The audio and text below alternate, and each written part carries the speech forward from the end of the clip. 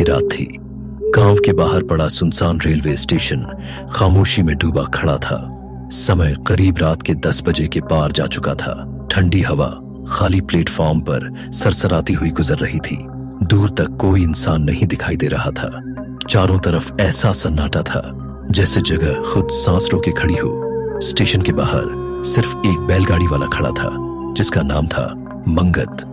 मंगत एक सीधा साधा बैलगाड़ी वाला था जो कुछ देर पहले ही यात्रियों को छोड़कर वापस स्टेशन पर लौटा था। गरीब होने के कारण वह देर रात तक यात्रियों को लाने ले जाने का काम किया करता था, लेकिन अब है घर जाने की तैयारी कर रहा था। आज तो बड़ी सुनसान रात है, एक भी सवारी नहीं दिख रही है। लगता है 11 बजने वाले हैं। अब ज्यादा देर रुकना ठीक नहीं। अमावस की रात में बेकार यहाँ खड़े रहना सही नहीं है। चल मंगत, घर की तरफ निकल ले, बस रास्ता आराम से कट जाए। ऐसी रातों में मन अपने आप घबरा जाता है। घर तो जा ही रहा हूं, लेकिन अगर एक सवारी और मिल जाए तो आज की कमाई थोड़ी बढ़ जाएगी। आखिरी ट्रेन आने वाली है, शायद उसमें से कोई उतर जाए। चलो थोड़ा रुक जाता हूं, क्या पता किस्मत साथ दे दे। मंगत घर लौटते ही वाला था, लेकिन उसके मन में एक ख्याल अटक गया। क्यों ना आज एक सवारी और मिल जाए तो कमाई कुछ बेहतर हो जाएगी। उसे याद आया कि आखिरी ट्रेन आने वाली है। अगर उसमें से कोई यात्री मिल गया तो दिन की थकान भी सफल हो जाएगी। तभी दूर कहीं पटरिया की हल्की सी ट्रेन की सीटी की आवाज उसके कानों तक पहुंची। मंगत ने तुरंत सिर उठाकर उधर देखा। शायद ट्रेन अब आने ही वाली थी। ये रही ट्रेन की सीटी, लगता है आ ही गई। देखते हैं, शायद कोई यात्री मिल ही जाए।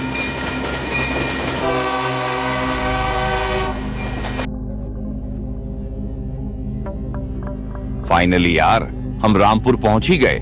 कितना सुन रखा था इस जगह के बारे में। हाँ भाई, लेकिन स्टेशन तो काफी सुनसान लग रहा है। उम्मीद है कोई सवारी मिल जाए। मिलेगी यार, थोड़ा आगे चलते हैं। इतनी दूर आए हैं तो अब रुकने का कोई सवाल ही नहीं पैदा होता। उस समय स्टेशन के पास सिर्फ एक ही बैलगाड़ी वाला खड़ा था।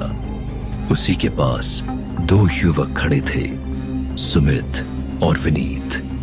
आइए भैया, बैलगाड़ी में बैठोगे क्या? कहाँ तक जाओगे? भैया, इधर आसपास कोई ठहरने की जगह मिलेगी क्या? हम पहली बार आए हैं यहाँ पर। मिल जाएगी भैया, आप बताइए तो सही, आपको क्या कहाँ रुकना है बेटा?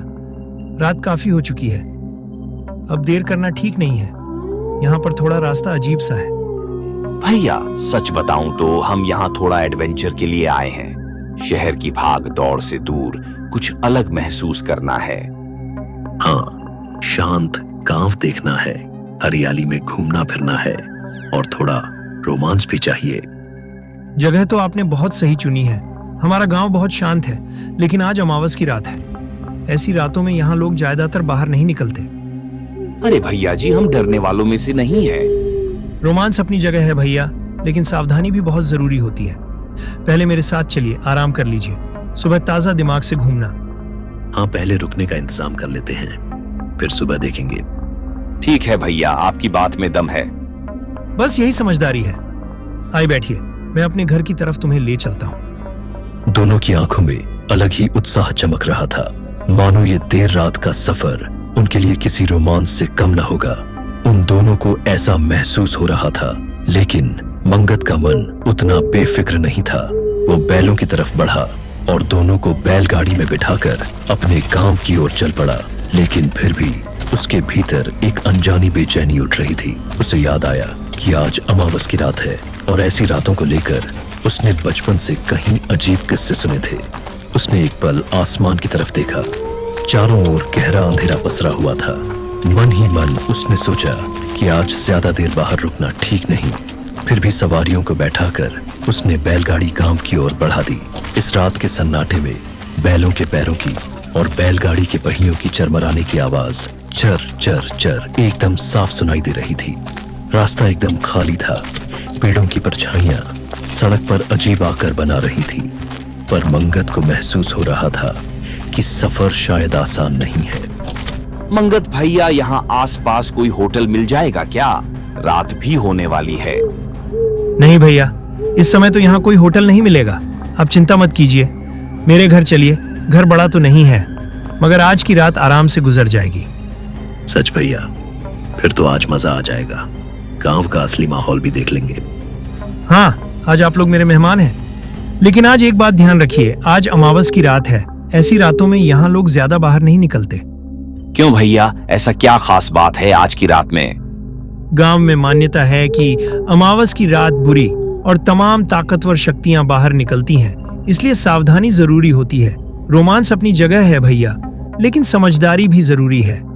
अरे भैया, तब तो और भी मजा आएगा।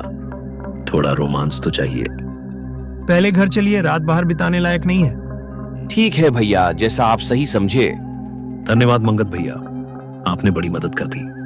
अरे, इसमें धन्यवाद की क्या बात है, बस अब जल्दी घर पहुंच जाए। अमावस की रात में अंधेरा कुछ ज्यादा ही गहरा जाता है। रात के 12 बजने वाले थे, तभी विनीत और सुमित दोनों मंगत के घर पहुंच चुके थे। घर के बाहर बैठकर तीनों ने साथ मिलकर चाय पी और देर तक आपस में बातें करते रहे। माहौल एकदम सामान्य था, लेकिन मंगत के चेहरे पर हल्की सी गंभीरता साफ झलक रही थी। कुछ देर बाद उसने दोनों को समझाते हुए रात की गंभीरता का एहसास कराया। उसकी आवाज में चिंता साथ महसूस हो रही थी, जैसे वह अनहोनी की आशंका को पहले से भांप रहा हो। विनीत, सुमित, मेरी बात ध्यान से सुनो। आज अमावस की रात है। ऐसी रातों में यहाँ का माहौल बदल जाता है। गांव के लोग मानते हैं कि इस समय बुरी ताकतें हैं, ज्यादा शक्तिशाली हो जाती है, इसलिए बेवजह बाहर घूमना ठीक नहीं। अरे मंगत भैया, आप भी ना कैसी कैसी बातें करते हैं, बिना वजह ही डरा रहे हैं। भैया, हम डरने वालों में से नहीं हैं। भैया, रास्ते में आपने जिस हवेली का जिक्र किया था, क्या सच में वह इतनी डरावनी है? गांव से थोड़ा दूर एक पुरानी हवेली है जो अब पूरी तरह जर्जर हो चुकी है। लोग कहते हैं कि वहां कुछ अच्छा नहीं है। रात होते ही वहां से कुछ अजीब अजीब आवाजें सुनाई देती है। उस हवेली के पास शाम को कोई भी गांव वाला नहीं जाता। सच में क्या लोग इतने डरते हैं उस जगह से? एक बार गांव का एक आदमी जिद में आकर उस हवेली के अंदर चला गया था।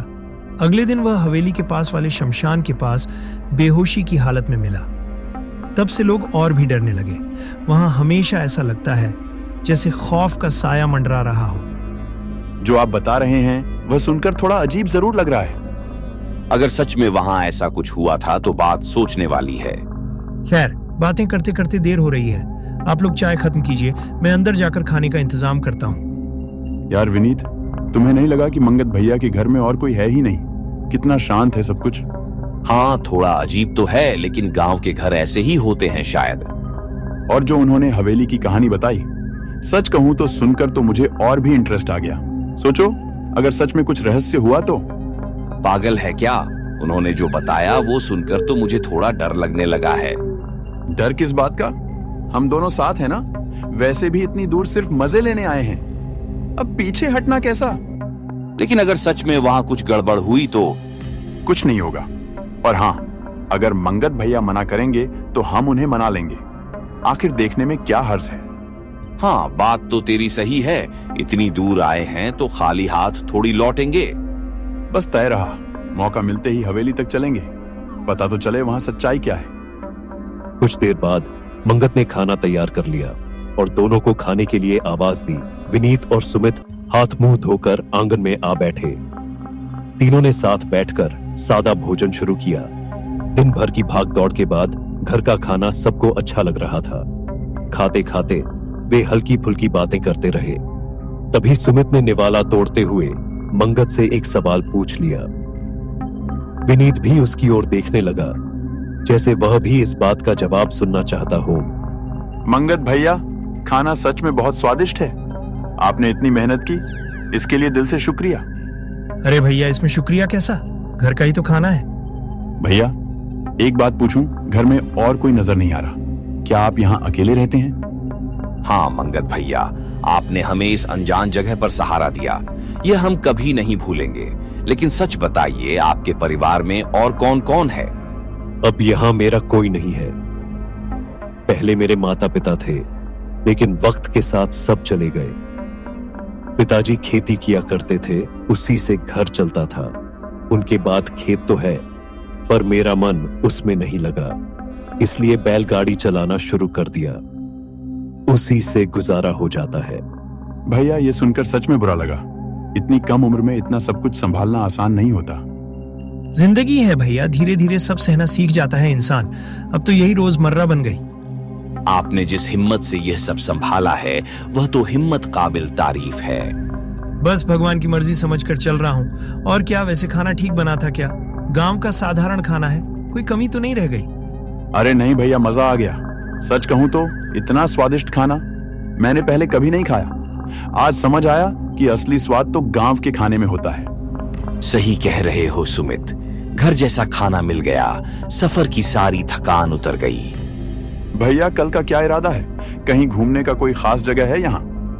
मैंने बताया था ना, गांव के बाहर एक पुरानी हवेली है, उसके पास ही शमशान भी है, लेकिन उस तरफ जाना ठीक नहीं समझता मैं।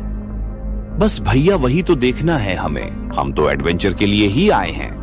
नहीं, मैं सच कह रहा हूं, वह जगह सही नहीं है। मैंने खुद वहां कुछ अजीब चीजें महसूस की हैं। लोग यूं ही उससे दूर नहीं रहते, वो जगह ठीक नहीं मानी जाती। अरे भैया इतना भी क्या डरना, कभी कभी लोग बातें बड़ा चढ़ाकर भी तो कह देते हैं। तुम लोग समझ क्यों नहीं रहे हो? हर जगह देखने लायक नहीं होती। हाँ मंगत भैया, हम बस एक बार देखना चाहते हैं। आप फिक्र मत कीजिए, हम संभल कर रहेंगे। ठीक है, तुम लोग इतनी जिद कर रहे हो तो मैं मना नहीं करूंगा, लेकिन मेरी एक शर्त होगी। कैसी शर्त होगी मंगत भैया? हवेली तक जाना ठीक है, लेकिन उसके बाद जो शमशान है ना, उसकी तरफ कदम भी मत बढ़ाना। वहां से कोई अगर आवाज आए रोने की या पुकारने की, या कोई ऐसा लगे कि कोई मदद मांग रहा है, तब भी वहां मत जाना। यहां तक कि अगर कोई जोर से चीखें तो भी पलट कर मत देखना।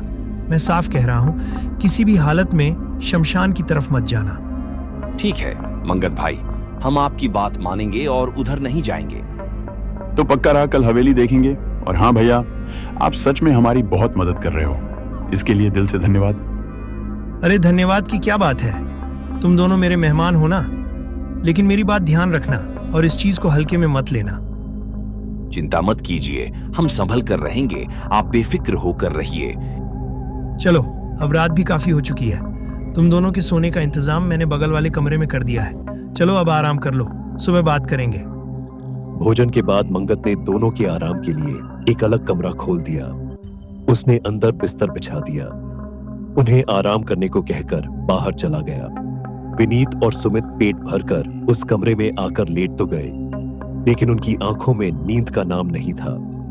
कमरे में हल्की सी खामोशी बस रही थी। बाहर कहीं दूर कुत्तों के भौंकने की आवाज बीच बीच में सुनाई दे रही थी। दोनों करवट बदलते रहे और फिर धीरे धीरे आपस में बातें करने लगे। कभी सफर की चर्चा करते तो कभी गांव के माहौल पर हंसते समय बीतता गया, मगर उनकी बातें खत्म होने का नाम ही नहीं ले रही थी। यार सुमित, सच बताऊं तो आज तो नींद ही नहीं आ रही। कितना मजा आने वाला है, कल सोचकर ही एक्साइटमेंट हो रही है। तू तो पूरा जोश में है, लेकिन थोड़ा डर भी लग रहा है ना? हाँ, थोड़ा लग रहा है, पता नहीं क्यों। मंगत भैया की बातें याद आ रही हैं, पर फिर भी दिल कह रहा है कि कल कुछ अलग होने वाला है। बस कर यार, तू जितना सोचता है उतना ही दिमाग में घूमता रहेगा। अरे सोचू भी ना तो क्या करूं, इतनी दूर आए हैं और वह हवेली सच में देखना है मुझे। ठीक है भाई, देख लेंगे, लेकिन अब सो भी जा, पूरी रात ऐसे ही बातें करता रहेगा। ठीक है भाई, कोशिश करता हूं। लगता तो नहीं है कि मुझे नींद आ जाए। दोनों बातों ही बातों में कब शांत हुए, कब उन्हें नींद आ गई, कब गहरी नींद में डूब गए, उन्हें खुद भी पता नहीं चला। रात यूं ही गुजर गई और देखते ही देखते सुबह की हल्की हल्की रोशनी खिड़की से भीतर आने लगी। सुबह सुमित, विनीत और मंगत तीनों घर के बाहर बैठकर चाय की चुस्कियां ले रहे थे। ठंडी हवा के साथ उनके बीच आगे की योजना पर चर्चा चल रही थी। सफर में साथ क्या क्या सामान रखना है, किन बातों का ध्यान रखना है और बाकी तैयारी कैसे पूरी करनी है।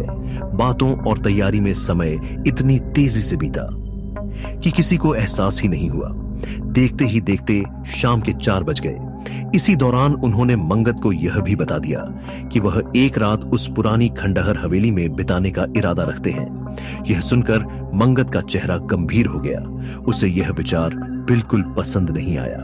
दोनों ने हंसी मजाक और समझने बुझाने के बाद किसी तरह उसे राजी तो कर लिया, लेकिन मंगत का मन अब भी निश्चित नहीं था।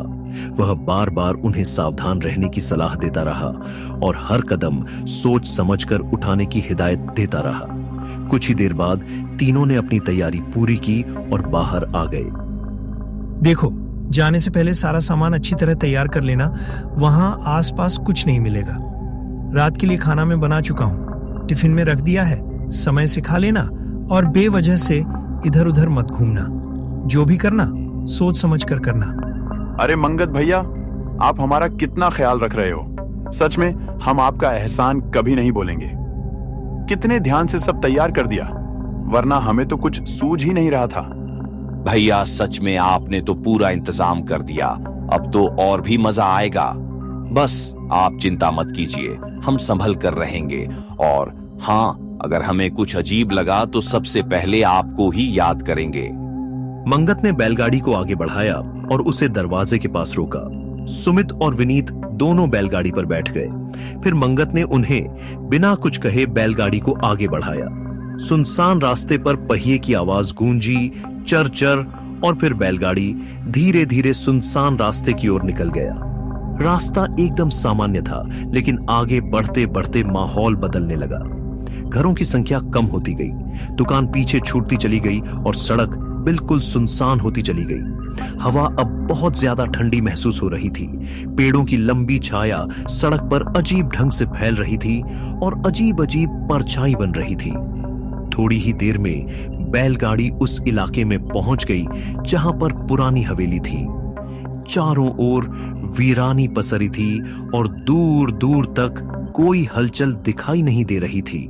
मंगत ने हवेली से थोड़ी दूर पर अपना बैलगाड़ी रोक दिया। मंगत भैया, क्या हम इस हवेली पर पहुंच गए हैं? मंगत भैया, क्या यही है वह हवेली जहां पर लोग आने से डरते हैं? हाँ, यही है वह हवेली। मैं यहीं तक छोड़ सकता था, अंदर में नहीं जाऊंगा। आगे अब तुम्हें खुद जाना होगा। आगे का रास्ता अब तुम्हें खुद तय करना होगा। याद रखना, जो समझाया है उसे भूलना मत। ठीक है मंगत भैया, हम ध्यान रखेंगे। मैं कल सुबह यहाँ अपनी बैलगाड़ी लेकर आ जाऊंगा। अगर सब ठीक रहा तो मुझे यहीं मिलना। चिंता मत कीजिए, हम समय पर वापस आ जाएंगे। वहां खड़े होकर उसने उन्हें सावधानी से रहने के लिए कहा और फिर अपने आप वापस चला गया। अब वहां पर सुमित और विनीत दोनों उसे सुनसान हवेली के सामने खड़े थे। मुझे यहाँ कुछ ठीक नहीं लग रहा, थोड़ा डर लग रहा है। मंगत भैया ने जो हमें बताया वह सुनकर थोड़ा सा डर का एहसास हो रहा है। अरे तू भी ना अभी से घबरा गया, इतनी दूर आए हैं और अब तू पीछे हटने की सोच रहा है। ये सब बस दिमाग का खेल है। देखना सुबह हम हंसेंगे इस बात पर। हमें मंगत भैया की बात मान लेनी चाहिए थी। रात में इस तरह रुकना सही फैसला है या नहीं, समझ में नहीं आ रहा। अगर हालात ऐसे ही रहे तो हमें वापस लौटने के बारे में सोचना चाहिए।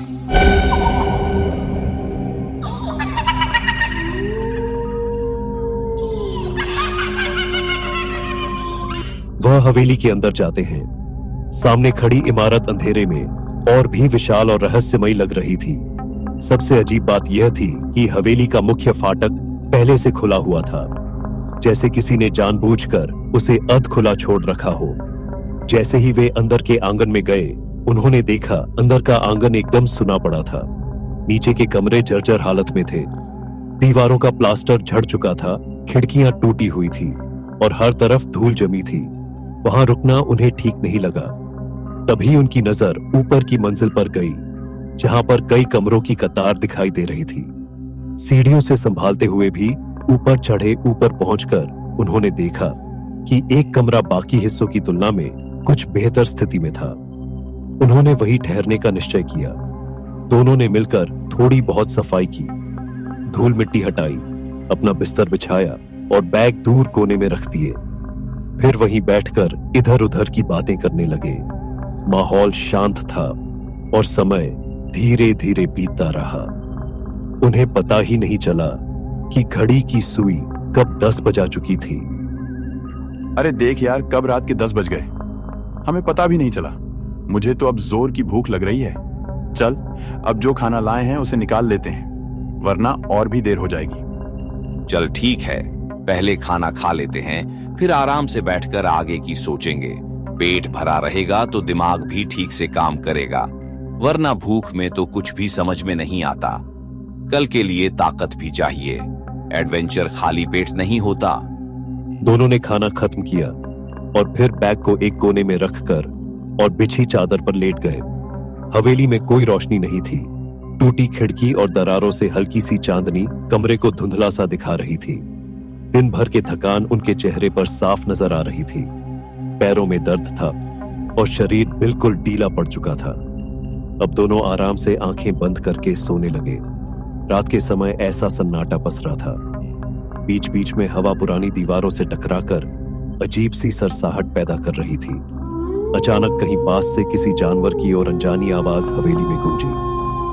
इस आवाज में सुमित की नींद तोड़ दी और वह घबरा कर उठ बैठा। कमरे में अभी वही धुंधली चांदनी थी, लेकिन माहौल पहले से ज्यादा भारी महसूस हो रहा था। सुमित अपने ही ख्यालों में डूबा। चलो, जब नींद नहीं आ रही तो थोड़ा घूम ही लेता हूँ, आखिर देखने ही तो आए हैं इस हवेली को। धीरे धीरे कदम बढ़ा रहा था, तभी अचानक उसकी नजर सामने दीवार पर पड़ी। वह एकदम से ठिठक गया। दीवार पर कुछ ऐसा दिखाई दे रहा था जिसे देखकर उसका गला सूख गया। कुछ पल के लिए उसके कदम जैसे जमीन पर चिपक गए हो। उसने गहरी सांस ली, खुद को संभाला और हिम्मत जुटाकर थोड़ा आगे बढ़ा। चांदनी की हल्की रोशनी दीवार पर पड़ रही थी, मगर दीवार पर वह चीज साफ साफ समझ नहीं आ रही थी। सुमित ने गर्दन आगे बढ़ाकर ध्यान से देखने की कोशिश की। आखिर दीवार पर यह अजीब सी आकृति किस चीज की है? उसका दिल तेजी से धड़क रहा था और हर कदम के साथ उसकी बेचैनी बढ़ती जा रही थी। अरे, किसकी तस्वीर टांग रखी है यहाँ? ऐसी जगह पर कोई यह सब लगाता है क्या? पहले ही इस हवेली के बारे में इतना कुछ सुन रखा था, वैसे ही दिल घबराया हुआ था, और अब यह सच में इसे देखकर तो जान ही निकल गई। पता नहीं किसकी तस्वीर है, लेकिन लग तो बिल्कुल भी ठीक नहीं रही। यहाँ खड़ा रहना भी अजीब लग रहा है। अरे, कहीं मैं बेवजह ज्यादा सोच तो नहीं रहा? सुमित हवेली के भीतर यूं ही टहलता हुआ एक हिस्से से दूसरे हिस्से में जा रहा था। दीवारों पर जमी धूल और टूटी खिड़कियों के बीच मकड़ी के जाले जमे हुए थे। एक संकरी पगडंडी जैसे रास्ते पर सुमित की नजर पड़ी। वह उसी तरफ मुड़ गया और धीरे धीरे सीधे आगे बढ़ने लगा। दरवाजा पार करते ही सुमित ने सामने देखा और वह अचानक एकदम रुक गया। सामने शमशान दिखाई दे रहा था, जिसकी चर्चा रास्ते में हुई थी। यह दृश्य देखते ही उसे अचानक मंगत की कही हुई बातें याद आ गई। उसे देखते ही उसके दिल में थोड़ी सी घबराहट हो गई। तो यही वह जगह है। इसके बारे में मंगत भैया बार बार मना कर रहे थे। सामने यही शमशान होगा, शायद उन्होंने कहा था उधर मत जाना, लेकिन मैं तो बस देख ही रहा हूं। इतनी भी क्या बड़ी बात है? चलो जरा पास से देख कर आता हूं, आखिर इसमें ऐसा क्या खास है। थोड़ा और आगे बढ़ते ही सुमित की नजर सामने पड़ी। एक सफेद लाल सी परछाई के ऊपर जो हल्की सी पेड़ की आड़ में खड़ी थी। पहली नजर में उसे लगा जैसे पेड़ के पास कोई धुंधली सी आकृति खड़ी हो। वह रुक गया और ध्यान से देखने लगा। चांदनी में वह आकृति साफ नहीं दिखाई दे रही थी, बस ऐसा महसूस हो रहा था मानो पेड़ के सहारे कोई हल्की सी छाया मौजूद हो। सुमित की धड़कन तेज हो गई और उसने आंखें मलकर दोबारा उसे दिशा में देखने की कोशिश की। ये क्या है वहां? पेड़ के पास लाल सफेद सा कुछ दिख रहा है क्या? सच में कोई वहां खड़ा है या बस चांदनी का खेल है? ठीक से दिख क्यों नहीं रहा? लगता तो है जैसे कोई परछाई हो। अरे, आंखें भी क्या बड़ी बड़ी सी दिखाई दे रही हैं। अरे, शायद मैं ही ज्यादा गौर कर रहा हूं। फिर भी एक बार और आगे जाकर देखा हूं, आखिर है क्या वहां? अरे, लगता है किसी ने लोगों को डराने के लिए पुतला पुतला खड़ा कर रखा है। बेकार में लोग इसे भूत प्रेत समझ लेते होंगे। चल सुमित, पास जाकर अच्छे से देख लेते हैं क्या है वहां। इतनी भी क्या बड़ी बात है। जैसे ही सुमित ने 2 कदम आगे बढ़ाए और उसने सफेद लाल परछाई का चेहरा देखने की कोशिश की, तो उसका खून जैसे जम गया हो। चांदनी में उभरता हुआ चेहरा इतना डरावना था कि उसकी सांस अटक गई। उसका गला एकदम सूख गया। अगले ही क्षण उसके पैरों ने जवाब दे दिया और वो वहीं बेहोश होकर जमीन पर गिर पड़ा। इस समय एक खौफनाक हंसी की आवाज पूरी हवेली में गूंज उठा। वो आवाज दीवारों से टकराकर कई गुना तेज होकर वापस लौट रही थी। ऐसा लग रहा था मानो पूरी इमारत उसी हंसी से कांप उठी हो। उस आवाज से विनीत की नींद टूट गई। वो हड़बड़ाकर उठ बैठा। उसका दिल तेज धड़क रहा था। उसे समझ नहीं आ रहा था कि ये आवाज कहां से आई और सुमित कहां है। कमरे का सन्नाटा अब पहले से ज्यादा भारी लग रहा था। अरे ये कैसी अजीब आवाज थी। सुमित कहाँ गया? अरे सुमित कहाँ गया? अभी तो यही लेटा था, अचानक कहाँ चला गया? क्या बाहर गया है? बिना बताए क्यों जाएगा? कुछ ठीक नहीं लग रहा। पहले उसे ढूंढता हूं, देखता हूं आखिर वो गया कहाँ। विनीत घबरा कर कमरे से बाहर निकला और इधर उधर बेचैनी से देखने लगा। वो सुमित को हवेली के हर कोने में ढूंढता भटकता रहा, जैसे उसे यकीन ही ना हो कि वो अचानक यूं गायब हो सकता है। सीढ़ियों के पास, टूटी खिड़कियों के पास, खाली कमरों में, सब जगह ढूंढा उसने तलाश की, मगर सुमित कहीं दिखाई नहीं दिया। उसका डर अब घबराहट में बदल चुका था। तभी अचानक दूर शमशान की दिशा से सन्नाटे को चीरती हुई एक तेज चीख गूंजी। वो आवाज इतनी दर्दनाक थी कि विनीत का दिल दहल उठा। उसे समझने में देर नहीं लगी कि वो चीख सुमित की ही थी। वो दौड़ता हुआ शमशान की ओर भागा। अरे सुमित, कहाँ है तू? एक बार आवाज तो दे। अब है सुमित के पास खड़ा था। उसने फिर सुमित को आवाज लगाई। उम्मीद थी कि सुमित उठकर विनीत से कुछ कहेगा, लेकिन सुमित बिल्कुल स्थिर पड़ा रहा। ना कोई हरकत, ना कोई प्रतिक्रिया। अब विनीत की घबराहट बढ़ती गई। उसके दिल में साफ साफ डर उतर गया था। उसे महसूस होने लगा कि इस जगह पर सब कुछ सामान्य नहीं है। यहां जरूर कुछ गड़बड़ है। सुमित, उठ जा। सुमित, उठ जा ओए। ये क्या ड्रामा लगा रखा है? दूर से ही दिख रहा है तू नीचे पड़ा है। मुझे डराने की कोशिश कर रहा है ना? चल अब उठ पी जा। मजाक बंद कर। ये टाइम नहीं है ऐसे खेल खेलने का। सुमित, सुन रहा है ना? बहुत हो गया। उठ और कुछ बोल। ऐसे पड़े पड़े मुझे बेवकूफ मत बना। अगर सच में गिरा है तो आवाज तो दे। विनीत झुककर सुमित को उठाने की कोशिश कर रहा था कि अचानक उसके पीछे से एक डरावनी हंसी गूंज उठी।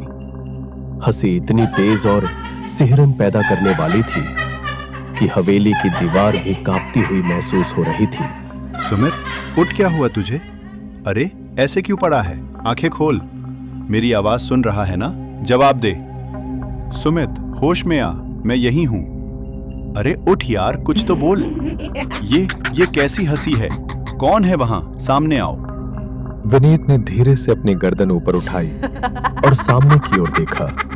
जैसे उसने सामने देखा, उसका चेहरा सफेद पड़ गया। आंखें फैल गई और होठ खुलकर वहीं रुक गए, क्योंकि उसके सामने एक भयावह आकृति खड़ी थी। सफेद और लाल लिबास में लिपटी लंबे विकृत बाल चेहरे पर झूल रहे थे और उसके मुंह से 1 फुट लंबी जीभ बाहर निकल रही थी। उसका ऐसा विकृत और डरावना रूप देखकर विनीत की रूह कांप गई। चांदनी की रोशनी में वो और भी डरावनी लग रही थी और ये दृश्य देखते ही विनीत के शरीर से जैसे सारी ताकत निकल गई हो। उसके हाथ कांपने लगे, पैर सुन्न हो गए। अगले ही पल उसकी आंखों के आगे अंधेरा छा गया और वो वहीं जमीन पर धड़ाम से गिर पड़ा। अगली सुबह सूरज निकलने के कुछ समय बाद मंगत अपना बैलगाड़ी लेकर इस जगह पर आ खड़ा हुआ जहां पिछली रात उसने सुमित और विनीत दोनों को उतारा था। सड़क अभी भी आधी सुनसान थी। धूप निकल रही थी, लेकिन वो भी काले बादलों ने घेर रखी थी। मंगत बैलगाड़ी के पास खड़ा होकर उन्हें देखने लगा, जिधर से उन दोनों को वापस आना था। उसके चेहरे पर चिंता साफ दिखाई दे रही थी। रात की बात उसे चैन से सोने नहीं दे रही थी। वो कभी घड़ी देखता, कभी हवेली की तरफ नजर दौड़ाता। समय बीत रहा था, लेकिन सुमित और विनीत दोनों का कहीं कुछ पता नहीं था।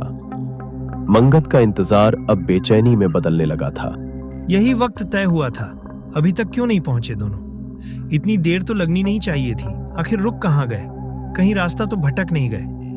मुझे तो अब चिंता होने लगी है, कुछ गड़बड़ तो नहीं हो गई? बस भगवान करें सब ठीक ठाक हो। क्यों नहीं दिख रहा है अभी तक? काफी देर तक इंतजार करने के बाद भी जब सुमित और विनीत दोनों नहीं आए तो मंगत को समझ आ गया कि मामला ठीक नहीं है। अब उसे पूरा यकीन हो चुका था कि कुछ ना कुछ गड़बड़ जरूर हुई है।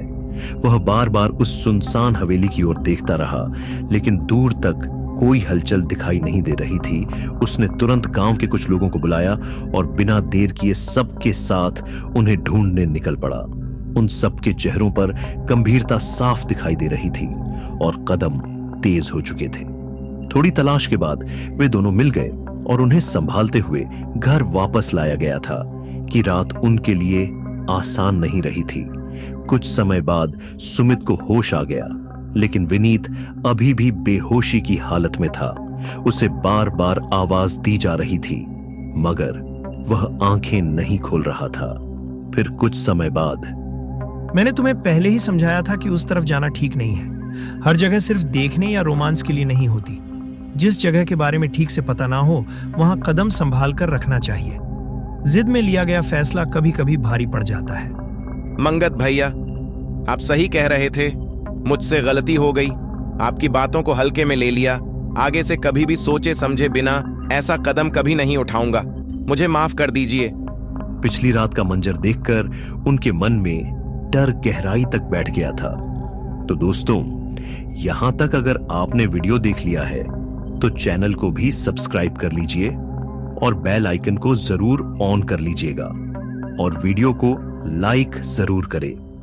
और दोस्तों, वीडियो कैसी लगी कमेंट करना मत भूलिएगा।